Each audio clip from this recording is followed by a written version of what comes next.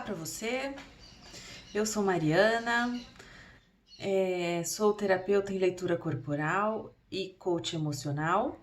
Nesse canal aqui a gente fala sobre autodomínio, sobre autoconhecimento para a gente melhorar nossa vida.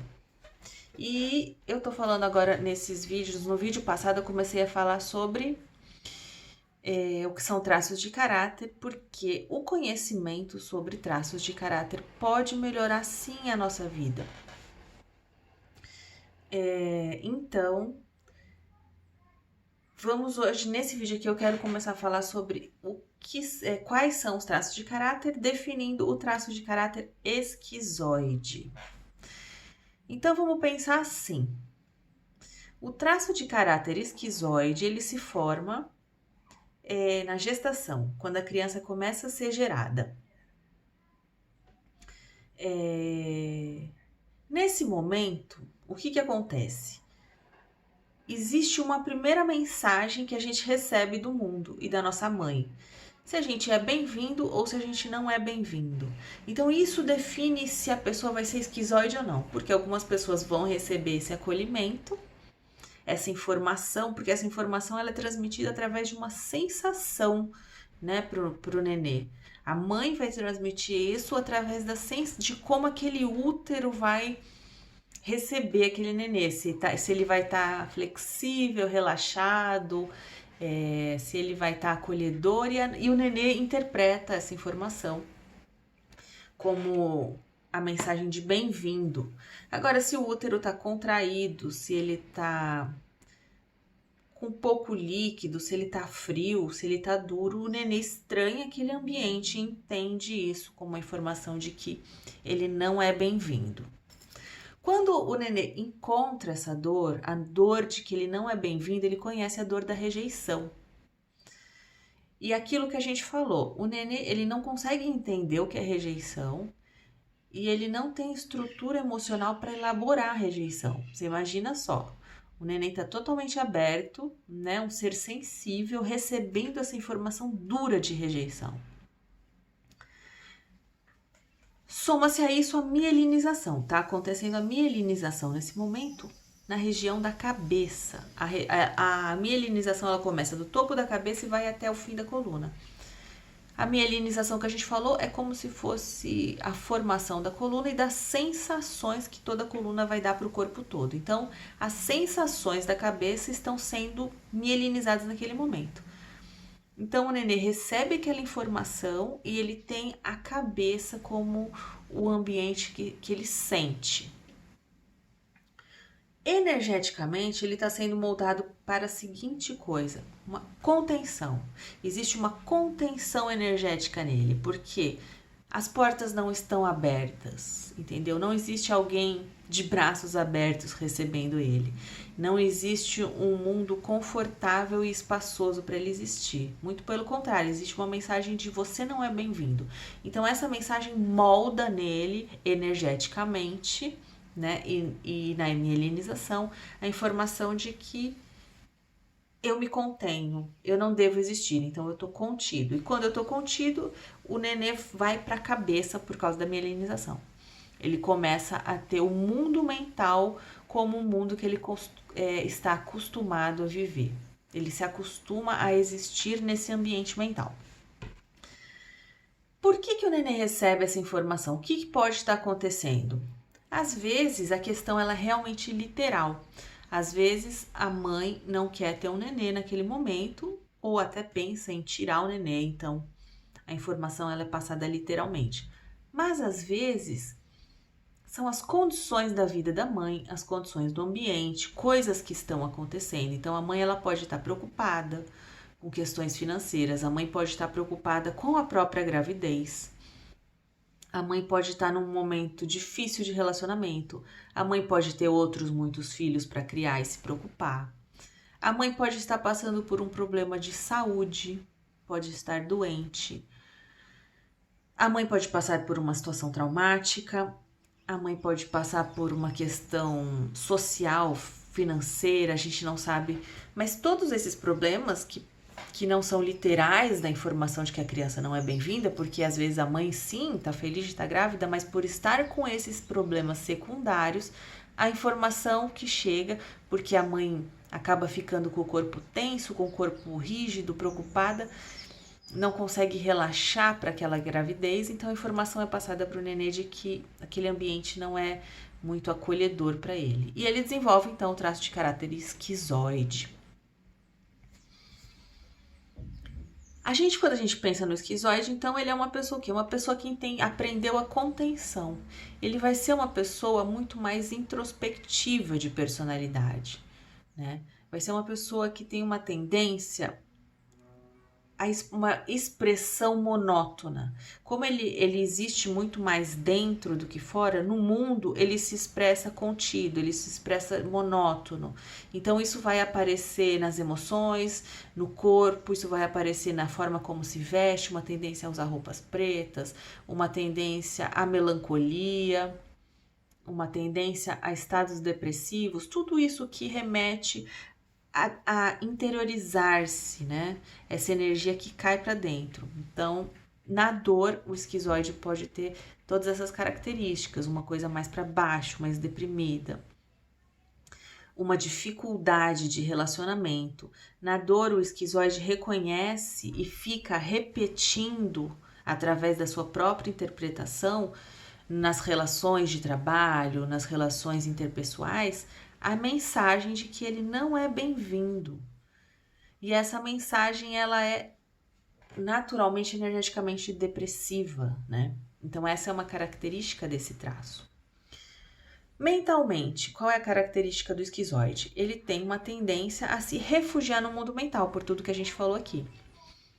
Então eles são pessoas que têm uma tendência a serem mais geniais, eles utilizam os recursos mentais de forma mais genial. São pessoas imaginativas, pessoas criativas, pessoas intelectuais, pessoas que gostam e se sentem muito confortáveis no mundo mental. Com isso, elas lidam com as questões da vida de uma forma muito mais mental, intelectual, racional.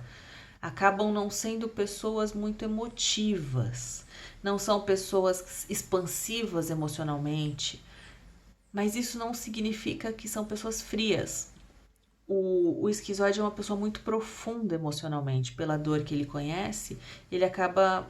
Se você tem um amigo esquizoide, ele é uma pessoa que consegue compreender profundamente a sua dor. Então você consegue fazer uma conexão profunda com esquizoides, apesar deles não serem pessoas emocionais, né? Então eles vão, às vezes, através dos recursos mentais, expressar essa profundidade que eles têm emocional. Fisicamente, o esquizoide ele também tem uma tendência a ser contido, então ele é uma pessoa mais magra. Como o corpo do esquizoide é formado num momento em que a mielinização está na cabeça, aquela dor marca essa região, o corpo acaba ficando sem tanta energia. Então eles vão desenvolver corpos mais magros, corpos pontiagudos e muitas vezes o corpo desencaixado. Então, por não habitar esse corpo, pelo esquizoide ter uma tendência a habitar mais o mundo mental, ele vai aparentar um corpo um pouco desencaixado, um corpo com partes que às vezes o braço às vezes parece um pouco pendurado, a perna parece que vira para trás, isso também um pouco pela magreza e pelas pontas do próprio corpo, né? São pessoas longilíneas.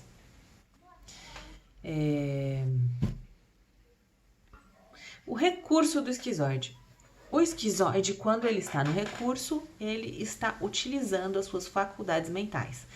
Então, uma reflexão que quem estuda esse assunto faz é a seguinte: será que o nosso traço de caráter ele já não se desenvolve para apoiar nossa missão de vida? Então, será que uma pessoa que é esquizoide já não é esquizoide para poder ser um escritor, ser uma pessoa que faz filmes, um diretor de filmes, ou ser um artista? ser um matemático, ser um filósofo, sabe? Às vezes essa reflexão existe. Ou seja, o esquizoide que está utilizando a sua imaginação, a sua criatividade, os seus potenciais mentais e intelectuais está no recurso. Com isso, a gente tem que saber também que se o esquizoide para de utilizar isso ou congela os seus recursos mentais, é muito provável que ele adoeça. É muito provável. Então, o esquizoide ele não pode deixar de criar, ele não pode abandonar essa parte da criatividade, de utilizar a sua mente, a sua inteligência como potência na vida, porque ele corre sério risco de adoecer. Então, isso pode ser a causa da doença, mas isso pode ser a causa da sua cura também. Então, em momentos de dificuldade, momentos de... Assim, como o esquizoide tem uma tendência ao isolamento, como a gente sabe, ele tem uma tendência a reviver a dor da rejeição por neurose, interpretar a rejeição no mundo, pode ser que o esquizoide tenha uma tendência ao isolamento, uma tendência a se refugiar de pessoas, a ficar muito no seu mundo interior. Então, um recurso que o esquizoide pode utilizar é, através das suas faculdades mentais, expressar essa sua dificuldade para poder se relacionar com o mundo e sair desse autoencapsulamento que ele passa, né? Então, recapitulando, o esquizoide ele estreia no mundo, né? Muitas vezes recebendo essa informação de que não é tão bem-vindo, ele aprende energeticamente uma vida, ele vai desenvolver esse traço de caráter da contenção e ele vai, por ser contido, ele vai existir no mundo mental. Existindo no mundo mental, ele vai sempre ter que lidar com essa dificuldade, a dificuldade dessa energia que cai, da depressão, do isolamento, da dificuldade do relacionamento com as pessoas, né? Tem o recurso da mente, tem o potencial de se tornar uma pessoa muito criativa, genial. Quando utiliza isso, vai estar no recurso, vai estar melhor, fluindo melhor na vida. E quando bloqueia isso, pode adoecer e pode intensificar as suas dores, né? As suas dificuldades de comunicação, dificuldades emocionais e as suas dificuldades de relacionamento. Existe uma forma para a gente tratar tudo isso, existem coisas que aí nós despertamos para esse nosso traço de caráter, todo mundo tem um pouco de todos, tem pessoas que têm mais acentuado o traço de caráter esquizoide, e é para essas pessoas o despertar, o autoconhecimento, né, e saber as ferramentas e as técnicas certas para aplicar para si mesmo, né, e para lidar com essa formação dessa dor, vão ser muito úteis e vão trazer a cura para essa pessoa. Então,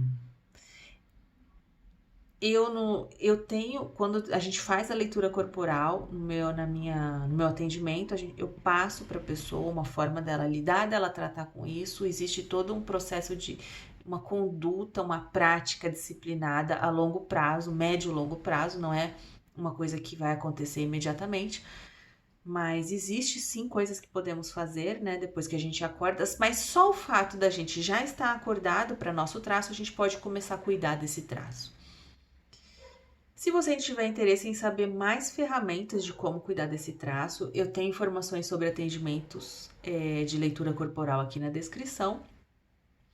Mas só com essa informação de que você pode cuidar disso com atenção, perceber quais são suas necessidades, já é uma grande transformação na sua vida, né? Além de poder incentivar esse seu lado mais criativo, mais mental, intelectual, tudo, e evitar entrar na auto-introspecção muito intensa, fugir dos relacionamentos. É muito importante evitar isso para que o esquizoide não se prenda, não fique autoencapsulado na própria dor do traço de caráter, né? Então, eu espero que esse vídeo tenha te ajudado de alguma forma. E no próximo nós vamos falar sobre o traço de caráter oral. Até lá!